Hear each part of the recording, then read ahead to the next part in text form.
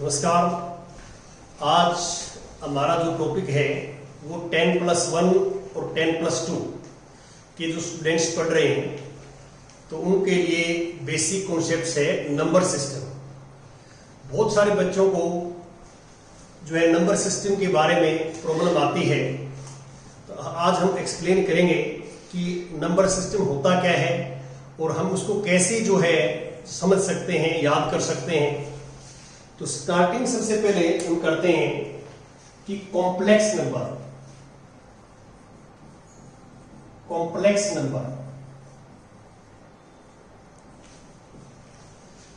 Set theory में जो +1 में हम सिखाएंगे आपको, जो +2 के बच्चे जानते हैं कि complex number, every number is a complex number.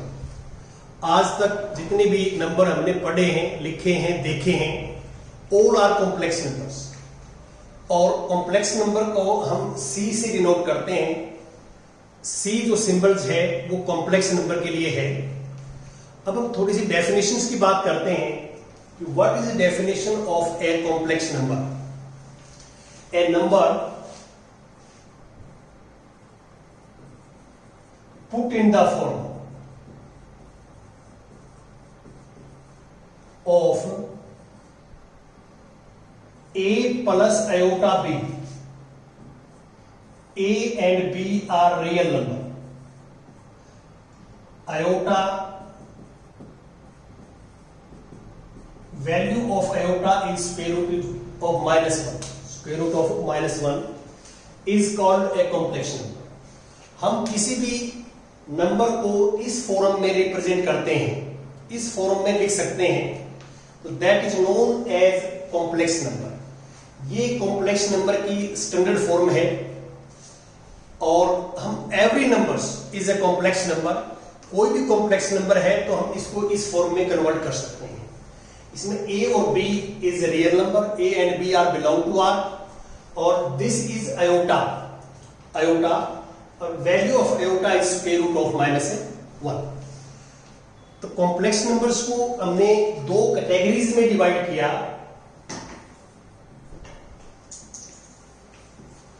Real number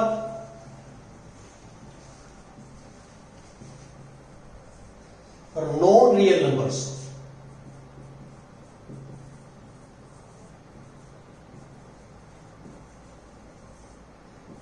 non real numbers को हम इमेजिनरी नंबर ही बोल सकते हैं। इमेजिनरी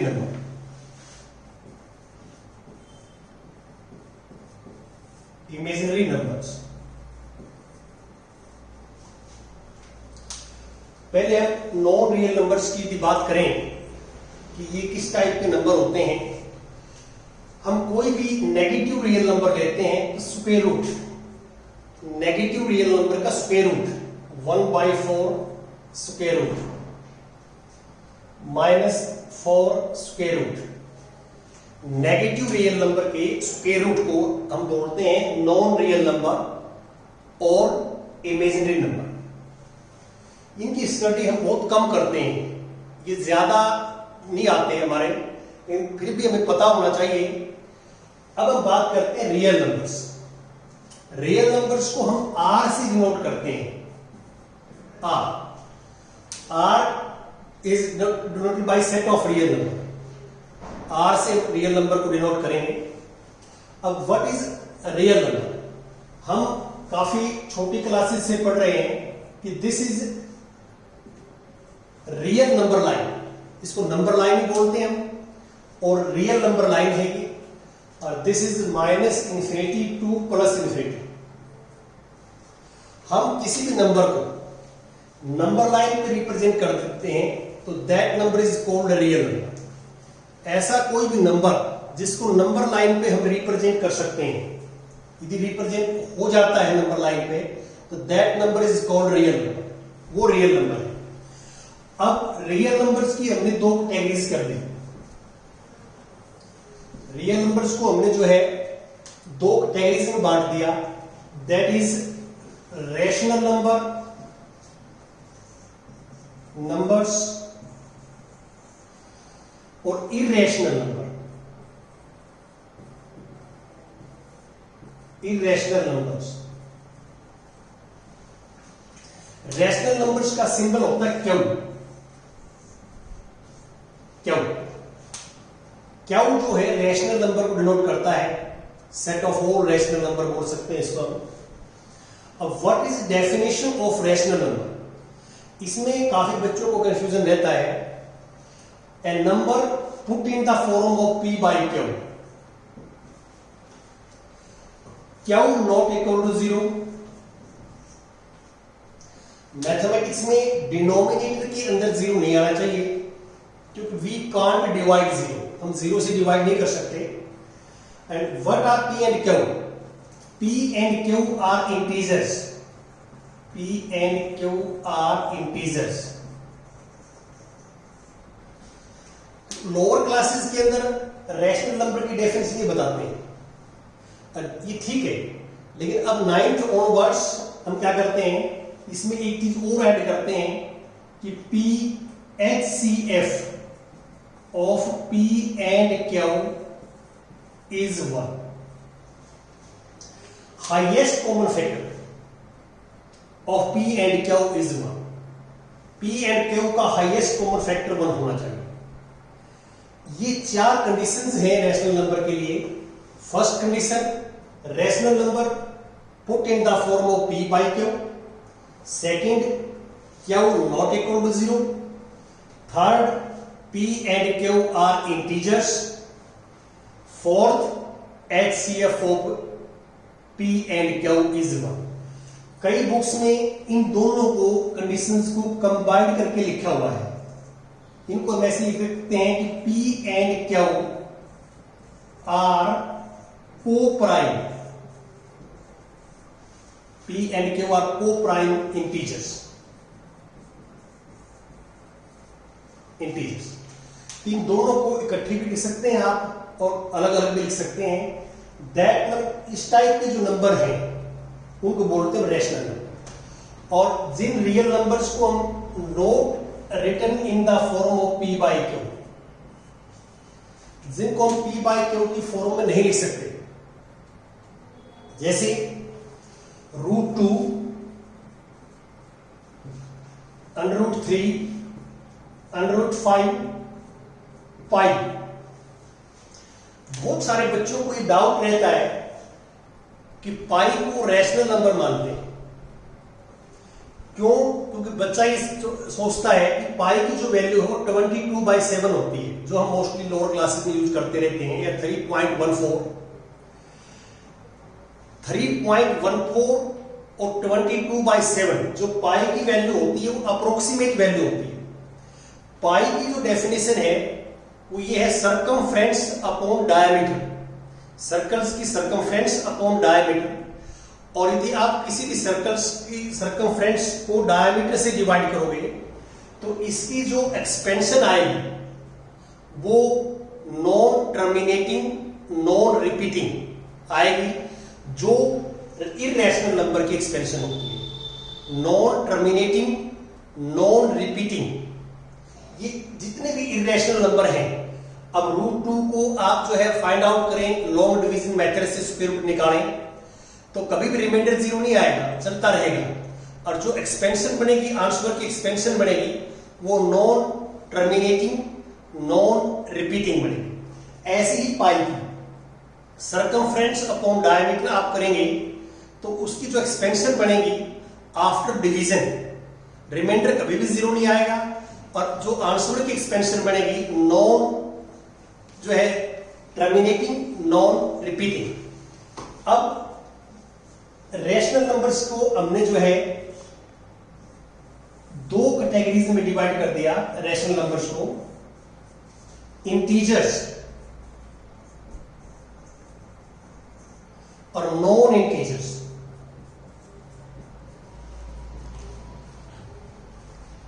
नॉन इंटीजर्स, इंटीजर्स को हम सिंबॉलिकली z और i से डिनोट करते हैं। आप कुछ बुक्स में z लिखते हैं इंटीजर्स को, कुछ बुक्स में i लिखते हैं। और इंटीजर्स ये होते हैं जो आप लोअर क्लासेस से पढ़ रहे हैं, -3, -2, -1, 0, 1, 2, 3 and so. These are known as integers. Non-integers non integers में क्या है कि हम p को q से डिवाइड करते हैं तो कंप्लीटली डिविजिबल नहीं होता। जैसे फॉर एग्जांपल मैं लिखता हूं 3/2 तो ये आ जाएगा 1.5। अब 1.5 ये इंटीजर नहीं है, ये 1 इंटीग्रल पार्ट है, 0.5 फ्रैक्शनल पार्ट है। फ्रैक्शनल पार्ट है 0.5, इस बात का बच्चे ध्यान दें, इंटीग्रल पार्ट और फ्रैक्शनल पार्ट। अब जो नॉन इंटीजर्स होते हैं इनकी एक्सपेंशन दो टाइप की होती है। एक तो होती है जो है टर्मिनेटिंग। टर्मिनेटिंग वो होती है कि हम डिवाइड करते जाएं और रिमाइंडर 0 आ जाए किसी स्टेज पे। और सेकंड एक्सपेंशन होती है कि नॉन टर्मिनेटिंग रिपीटिंग। इसकी दो एक्सपेंशन होती हैं। फर्स्ट एक्सपेंशन इसकी है टर्मिनेटिंग फॉर एग्जांपल 3/2 1.5, ऐसे बहुत सारे एग्जांपल ले सकते हैं आप। सेकंड इसकी एक्सपेंशन होती है, ये एक्सपेंशन है, एक्सपेंशन डिवाइड करने के बाद non terminating repeating.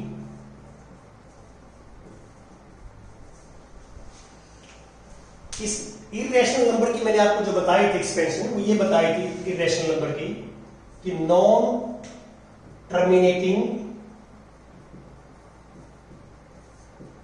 Non repeating.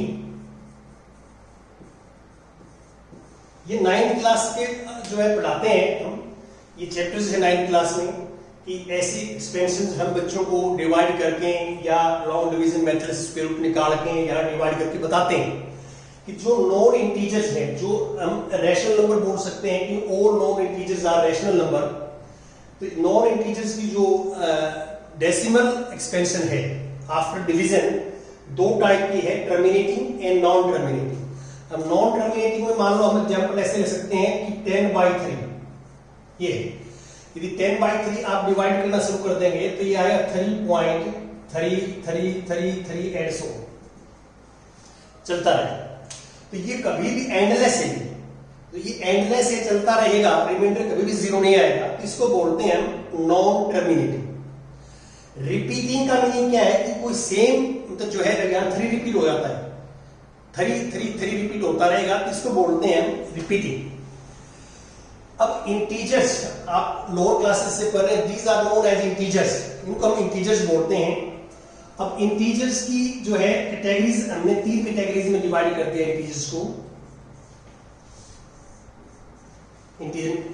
Negative integers, negative integers 0 और पॉजिटिव इंटीजर्स। पॉजिटिव इंटीजर्स का एक नाम और है natural number, natural numbers. Natural numbers को हम n से नोट करते हैं, n से। You know that 1 2 3 4 5 and so, इनको हम नेचुरल नंबर बोलते हैं, जो हमारे काउंटिंग नंबर होते हैं नेचुरल नंबर्स। 0 में अकेला एक 0 आता है। 0 is neither positive nor negative, 0 is neither positive nor negative. और negative integers this -3 -2 -1, such type of number is negative integers।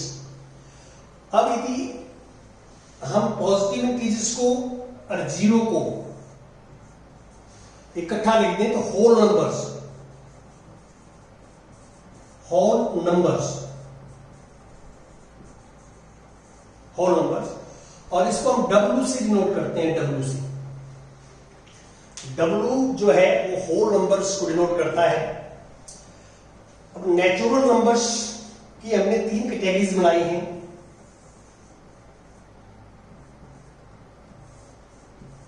Natural numbers को हम 3 कैटेगरीज में डिवाइड करते हैं। फर्स्ट होता है unit number, unit number. Second prime number,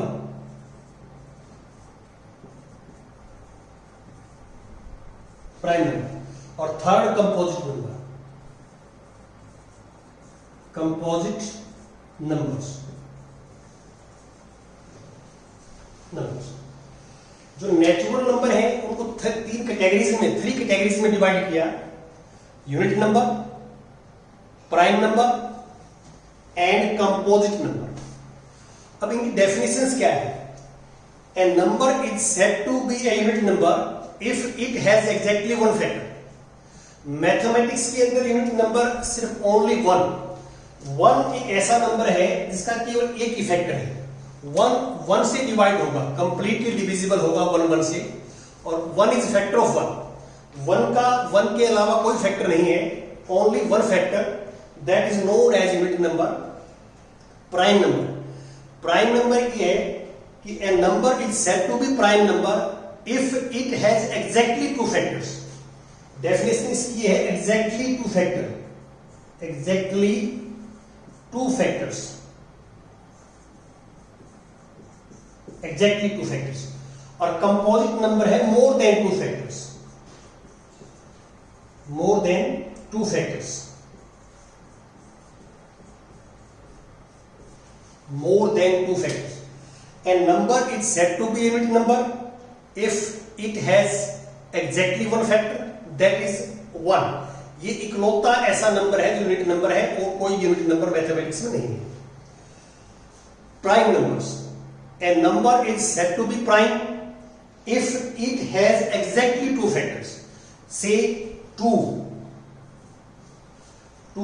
1 से भी कंप्लीटली डिवाइड होगा, 2 से भी कंप्लीटली डिवाइड होगा। तो 2 के दो फैक्टर्स हैं, 1 और 2, और सिर्फ दो ही फैक्टर हैं, इसलिए हम कहेंगे प्राइम नंबर है। 3 5 and so. Composite number that is 4 को हम 1 से डिवाइड करेंगे, कंप्लीटली डिवाइड होगा। 4 को 2 से डिवाइड करेंगे, कंप्लीटली डिविजिबल होगा। 4 को 4 से डिवाइड करेंगे, कंप्लीटली डिविजिबल होगा। तो 4 के हमारे पास 3 फैक्टर्स हैं, 1 2 and 4। And number has more than 2 factors, that is known as composite number. तो कंपोजिट नंबर 4 है, 6 है, 9 है, 8 है and so on. These are known as compositive number. अब इसमें बच्चा ये भी जानता है इवन इंटीजर्स और ओड इंटीजर्स। तो यहां जो इंटीजर्स है इसकी हम दो कैटेगरीज डिवाइड कर सकते हैं, दो, इवन इंटीजर्स और odd integers. Even integers and odd integers. A number is divisible by 2 is known as even integer. Zero पे काफी बच्चों को डाउट रहता है। जीरो का बच्चा जो है कई बार इवन ओड दोनों बोल देता है।